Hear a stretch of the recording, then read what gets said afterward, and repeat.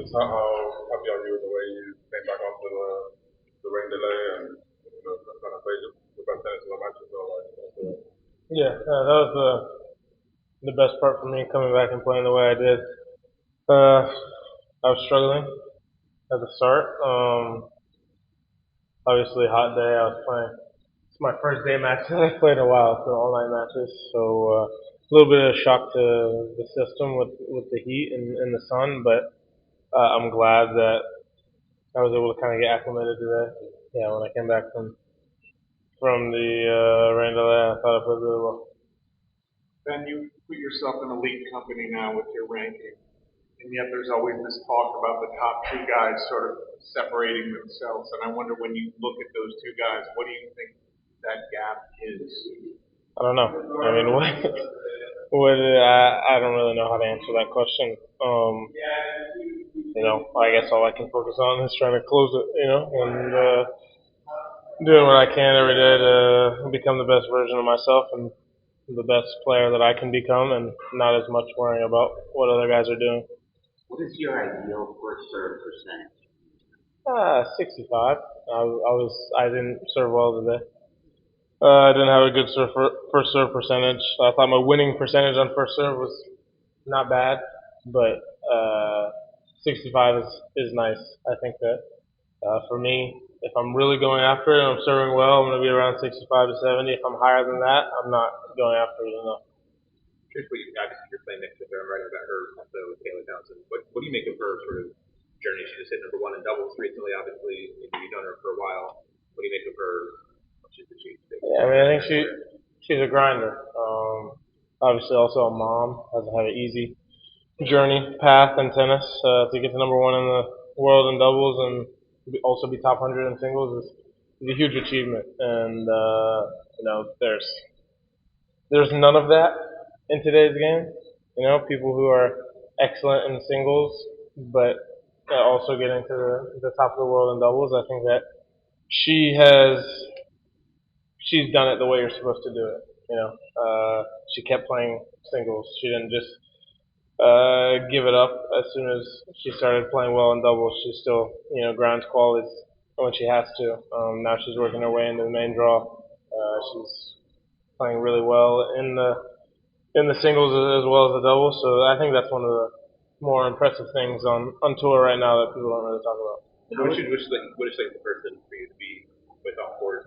What is she like for you as a person to be with on court when you're on court playing mixed in the past and next week, and then also just on the tour when you see her around? What is she like as a presence? I mean, she's just fun. Her and her team, they're always a lot of fun. Normal people, fun to hang around with. We're kind of goofballs together on the court. Oh, it's the same off the court. I like her because she's authentic. The way that you see her when she's playing on court is what you get when she's in the dining or going out to dinner or at home. It's all the same. You mentioned focusing on yourself in your own game. How do you feel like the biggest way you've evolved this year is to kind of have that success with that?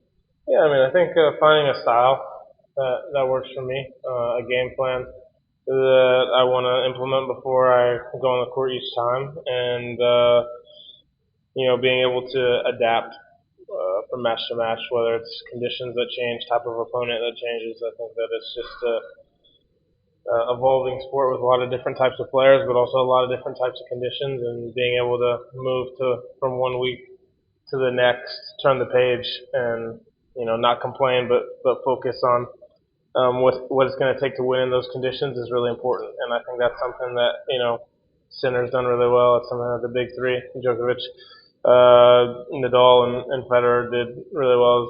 Also, Alcaraz.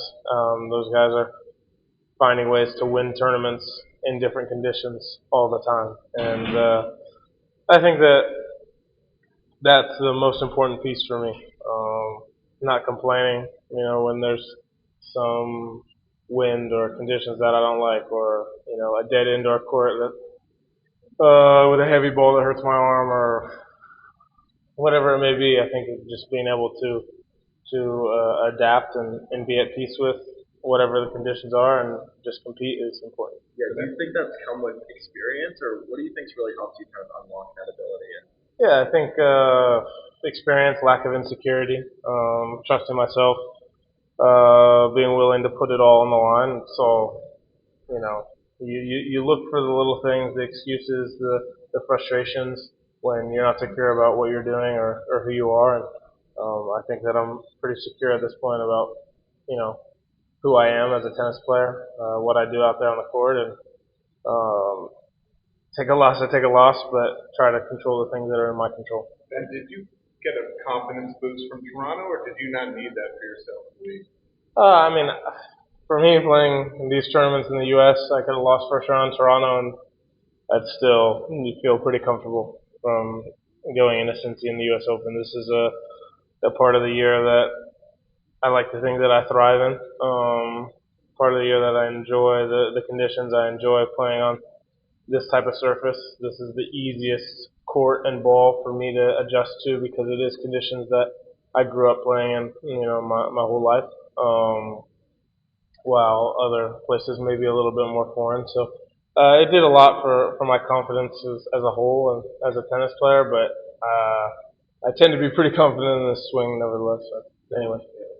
This is a bit random, but I saw you like a few months ago. You were posting about Michael Olise, Yeah. and he just like got nominated for the Ballon d'Or, like best footballer. So it made me think of that. Yeah. How did you like learn that he's a baller? And in general, what's your general knowledge of football at the moment? I mean, I was just watching a little bit like highlights of the European League games, and obviously he plays for Bayern Munich. We went to a Bayern Munich game during the Munich tournament, and I love the way he plays. He's exciting. He's a winger and just great talent. A lot of fun to watch. And after that, after going to that game, I kind of started to get more into football. Obviously, my girlfriend plays pro soccer also. But then in Stuttgart, I went to France versus Spain during the Stuttgart tournament, and it was a crazy game, and there are so many superstars in that field that I'm a huge fan of now. Yamal, Desiree Dewey, I think he's unbelievable. Obviously Dembele and Nico. Wow. Nico Williams, sorry. Yeah, those are some of the guys that I follow. Like, The knowledge is growing. huh? The football knowledge is growing. Yeah, it's getting a little bit better. Step by step, just learning a little bit more. Appreciate you. William.